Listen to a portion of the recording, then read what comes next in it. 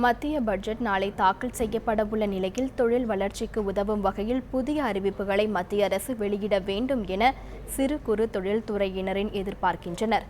அதை பற்றி தற்பொழுது பார்க்கலாம்.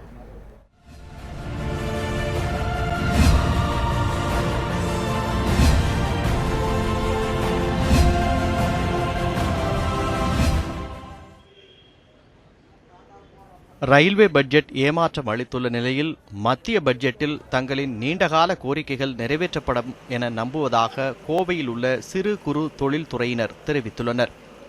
சிறு குறு தொழில் நிறுவனங்களுக்கு 5% வட்டியில் கடன் வழங்க வேண்டும், மத்திய அரசின் பொதுத்துறை நிறுவனங்களை கோவையில் அமைக்க வேண்டும், குறுந்தொழிலுக்கு என தொழிற்பேட்டைகள் அமைக்க வேண்டும் என்பன உள்ளிட்ட பல்வேறு எதிர்பார்ப்புகளை பட்டியலிட்டுள்ளனர் டாக்ட் தொழில் அமைப்பினர். நாங்கள் எதிர்பார்ப்பது என்னவென்றால், இங்கே மிகப்பெரிய குறு சிறு தொழில் நிறைந்த இந்த மாவட்டம் இருப்பதால் இந்த மாவட்டத்தில் மத்திய அரசாங்கத்துக்கு சொந்தமான பொதுத்துறை நிறுவனங்களை, குறிப்பாக இராணுவத்துக்கு உதிரி பாகங்கள் தயாரிக்கின்ற நிறுவனங்களையும், ரயில்வேக்கு உதிரி பாகங்கள் தயாரிக்கின்ற நிறுவனங்களையும் கோவை மாவட்டத்தில் நிதி ஒதுக்கீடு செய்து இங்கே நிறுவ வேண்டும் என்ற எங்களுடைய எதிர்பார்ப்பு நீண்ட காலமாக இருந்து வருகிறது. அதை இந்த பட்ஜெட்டில் நிதி ஒதுக்கீடு செய்து அதை நிறைவேற்றி தர வேண்டும் என்ற கோரிக்கையை நாங்கள் வைக்கிறோம்.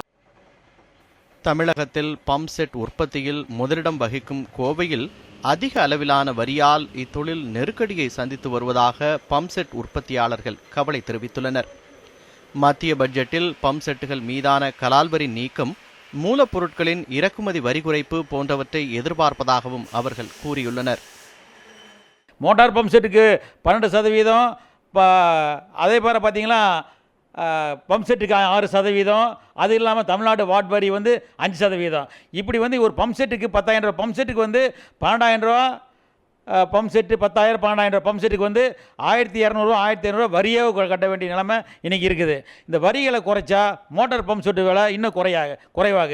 இதனால் விவசாயிகளுக்கு, தொழிற்சாலைகளுக்கு, பொதுமக்களுக்கு நாங்கள் குறைவான விலையில் மோட்டார் பம்ப் செட் கொடுக்க முடியும். அதை வருகிற பட்ஜெட்டிலாவது இந்த கலால் வரியை நீக்கினா எங்களுக்கு ரொம்ப உபயோகமாக இருக்குது, அல்லது குறைக்கலாம்.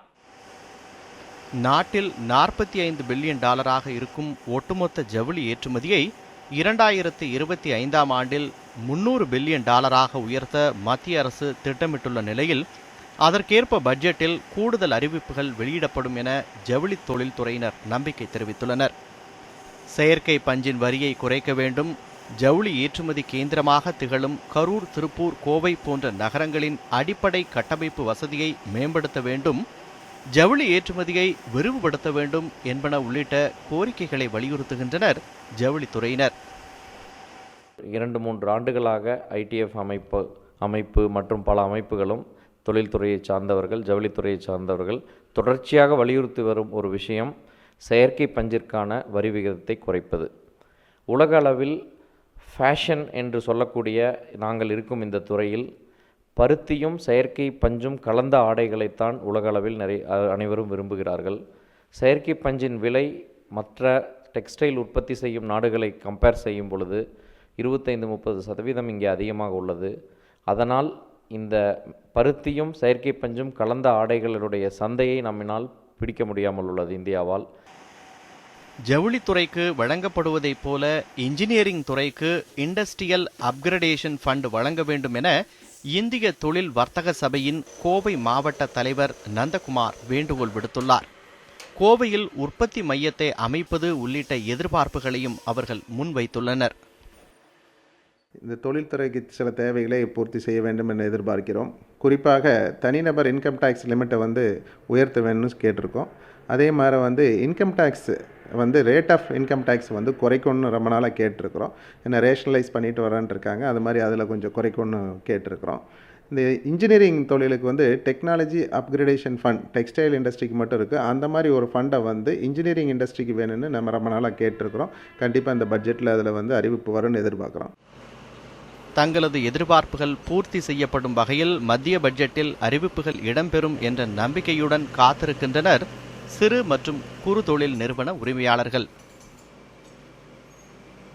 செய்தி பிரிவு நியூஸ் 7 தமிழ் தொலைக்காட்சிக்காக.